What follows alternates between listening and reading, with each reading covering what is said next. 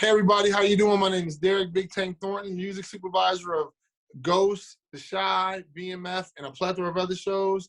And I'm chilling right now with Rihanna on Hip Hop United.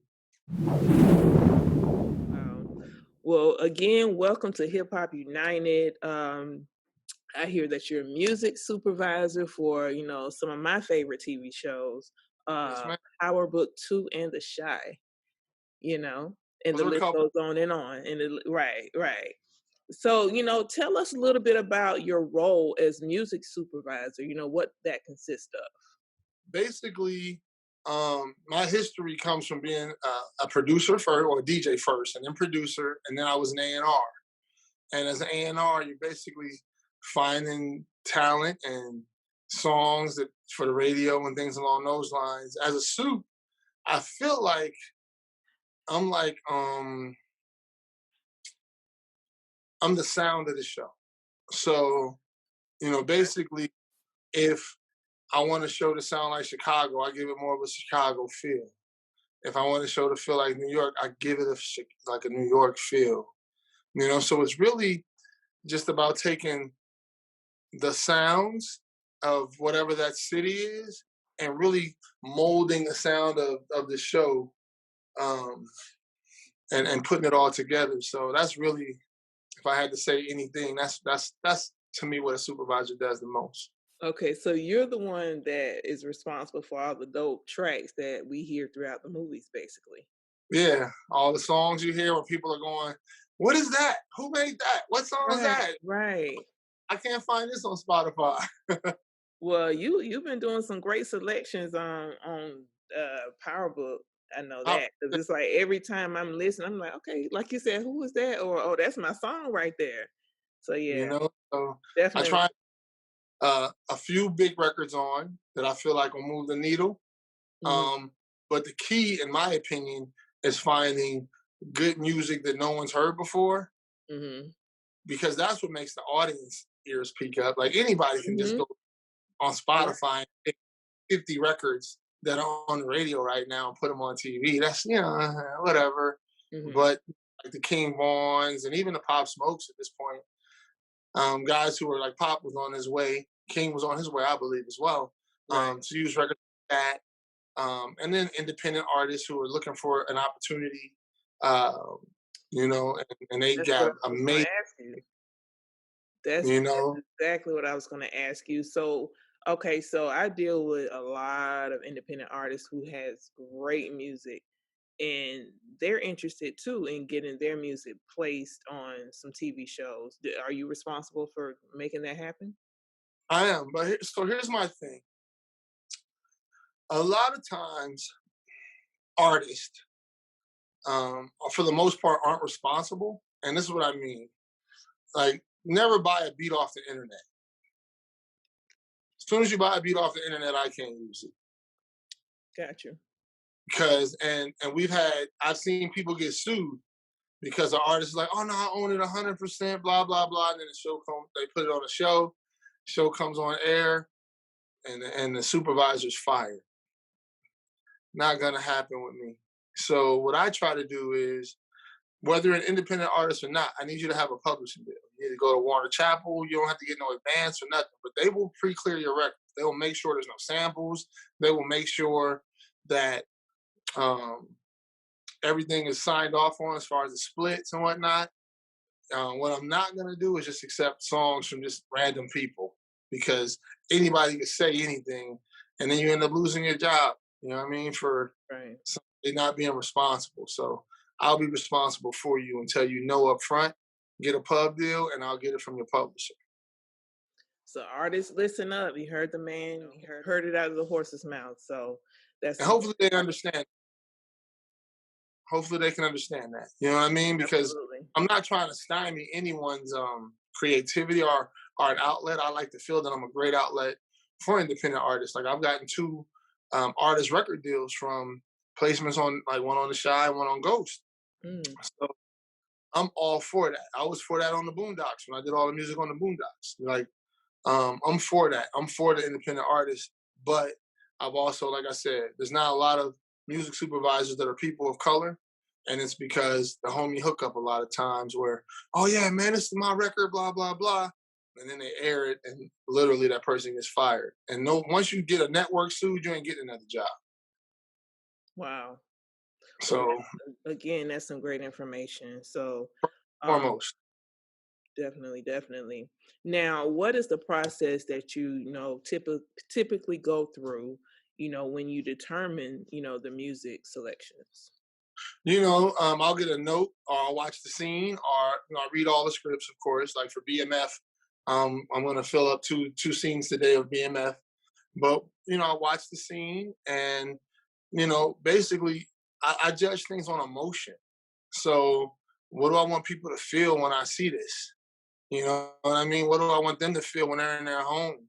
So like at the end of like I think it was 106 on Ghost, I put the song "Getting Money." Why you talking shit? I'm getting money. I'm getting as Tuba's coming out of jail. Record did extremely well. Everybody requested it, but I wanted to kind of set the mood for what he did and what he was gonna be doing. Using Mini Men, which I didn't use very many 50 Cent records. I don't think I used any. But to show Tommy, like for the first time, Tommy comes back up. Many men, many, many, many, many men. Where's that on? Mhm. Mhm. So to me, the lyric matters, but also just like the mood of the record. So like in my categories on my hard drives, everything is mood. It's nothing like, it's it's not like action or thriller. Mm. It's like frightening, sexy, you Right. know. I'll Right. call it barbershop. But something that's barbershop, I could also play in a pool hall. So I Mhm. have a pool hall, I think, you know what I'm saying? So I just try to be Right. really descriptive. So I know my library. I know 3,000 records like the back of my hand. So when I get a request, I send it right in. I send three versions of it. They pick out of those three. I'm not going to give them a bad choice. They're going to choose out of those three, and one of those three is going to be somebody's placement. Well, you've been definitely doing a great job with the song placements, that's for sure, and the I song appreciate that. selections. I definitely appreciate that. Thank you. I try for real. Definitely. Like Definitely, I because couldn't. it makes me wanna just, I'm serious, it makes me wanna go and just download the song and stream it, like, I I gotta put appreciate this it. on my playlist, like, seriously. No, I definitely appreciate that. My first show really doing it on was a show called The Game. Mhm. On I The used to Game, watch it. huh? I used to watch it. Okay, so on The Game, um, Twitter. There wasn't Instagram and all that stuff at the time, but there was Twitter, and then of course there was the message boards on the networks, and people would go on the message boards and light it up looking for songs. So, I knew then, all right, this is like I'm doing something a little bit different. You know what I mean, and what other people were doing. And then also, the thing that's crazy to me, like I was just watching. I want to say I was just watching a show Mhm, uh, from like about 10 years ago, and it was a party, like a black person party, like urban party, mhm, and the music that was playing was so terrible. It was like a really watered down hip hop beat that had to come from some library, mhm. but the amount of care that went into the song selection was so trash. As a producer, I literally remember saying, like, at times, like, if I made a beat I didn't like or a song I didn't like, I'd be like, oh, I just use that for TV. I literally thought like that. Mhm. You know what I mean? And now I don't think like that at all. And the money's real for artists and opportunities real for artists. This is an opportunity. It's like our platforms, from Ghost to The Shy to BMF I'm doing now to Swagger to um, Force, which is Tommy's new show. I just picked up a sitcom called Black Don't Crack on ABC. Mm. All those gonna have amazing music, like all of them, because I'm gonna let amazing music come on. You feel me? Right. I guess share with us a little bit about some of your most favorite moments where some of your, music choices align. Like I was, doing a little research. They align with the aesthetics of the scene. Okay. Um, Ghost's funeral,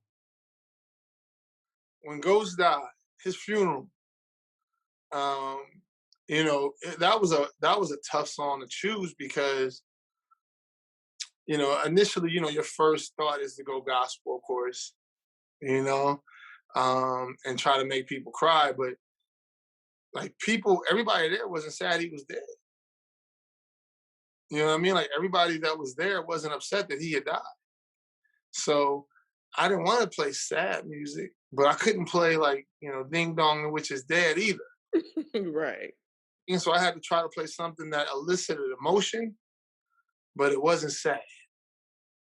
You feel me? So Understand. uh, using the song by Elliot Moss, um, I ain't never going home. Crazy record. And the way he sung it, I feel like that was definitely different. It gave it an opportunity to feel some pain if you needed to, but if the tempo was fast enough that if you didn't really care that Ghost was dead, you could still live through that moment. You know what I mean? So Right. I was really trying to serve multiple masters, and that's always tough. Like when you want to bring in 3 or 4 different emotions on a song, because most songs aren't talking about 3 or 4 different subjects. Mhm. They hit you with an emotion and then they're done. So I'm trying to, on songs like that where you gotta like try to bring in multiple emotions from different areas and who the camera's showing and how do I do that. Um, so I was really proud of that. I had a scene on a show I did called Star, uh, Mhm. where somebody was getting beat up, and I played a Jacob Banks record. The Jacob Banks record is called what was the name of that record? Hold on. So basically, it was juxtaposed. Like Jacob Banks was. Let me look. They got me looking for it now just to get the title. But basically, somebody was getting beat up, and uh, Jacob Banks was talking about, "Oh, just be good to me." That's the name of it. Be good to me, as somebody's getting their tail beat. And Mhm. I like watched it. He's he sings with so much pain that you can still kind of get the pain from it. Mhm. Um, but what he was saying didn't fit, but it felt right. It felt oddly right.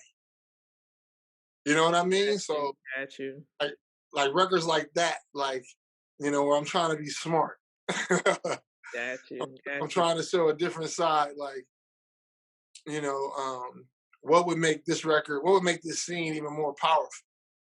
It'd be easy to put a song. I'm getting beat up. I'm getting my butt beat. That would be easy. Right. Right. Right. I But got you. be good to me. Oh, please. And he's a problem.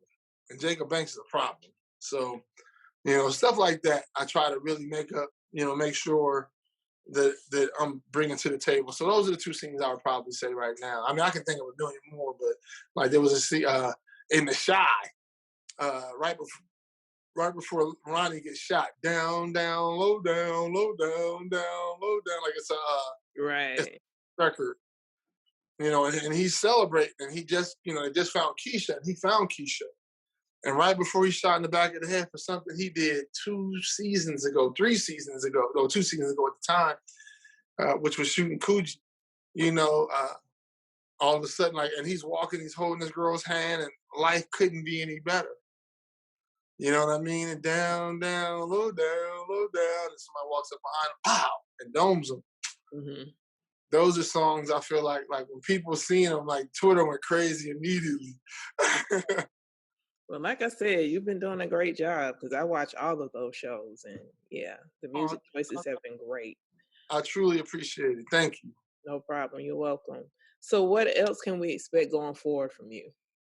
Well, I can tell you on BMF, I've jumped both feet all the way into 1987, 88, 89. Both feet. Original music that sounds like 1986, 87, 88, 89. I'm putting scratches on stuff myself. Um, I got like records coming into me by from everybody with cuts on them, and to sound like just like a test, just like a test, just like a test. I cram to understand you, and Rakim, and I'm even dealing with some of the original artists, like having Rakim make some stuff for me from scratch. Um, I'm supposed to get in touch with Chris next week, KRS-One, and I'm gonna have him just put together a couple things that are brand new but sound like that era, and just have some different things that way because we may want to do a soundtrack. And Okay. if we do, like, amazing to be able to blow uh, some original records from Rakim and KRS-One and guys like that. Mhm. And but it sounds like the '80s, like what I consider the golden era of hip hop. Mhm. Um, sounds like that, but new, that'd be dope. So trying to do that right now with BMF.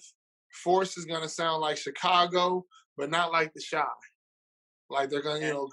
his life and the characters on the Shy's life are so different. So Mhm. those sounds, both of those shows are from Chicago, but they're gonna sound completely different. Even the house music that'll play at one place won't play at the other place. Different kinds of house music and styles of house music. Of course, Ghost. I'm actually working on episode 2 right now. Okay. So I'm about to cover a scene with that. The show Swagger I'm doing is a basketball show. Um, Initially, I think it was mainly about basketball. It's Kevin Durant's new show. It'll be on Apple TV through CBS. So a lot of go-go because it's in the DMV area. Right. So I Okay. always try to, like, whatever area I'm in for my shows, I try to give it like that authentic sound of Mhm. that. So DC, you can't have a show in DC and not have some go-go, in my opinion. That's just me. Right. Um, so we have a fair amount of go-go music, but also just what kids are listening to now. And there's so many social aspects to that show.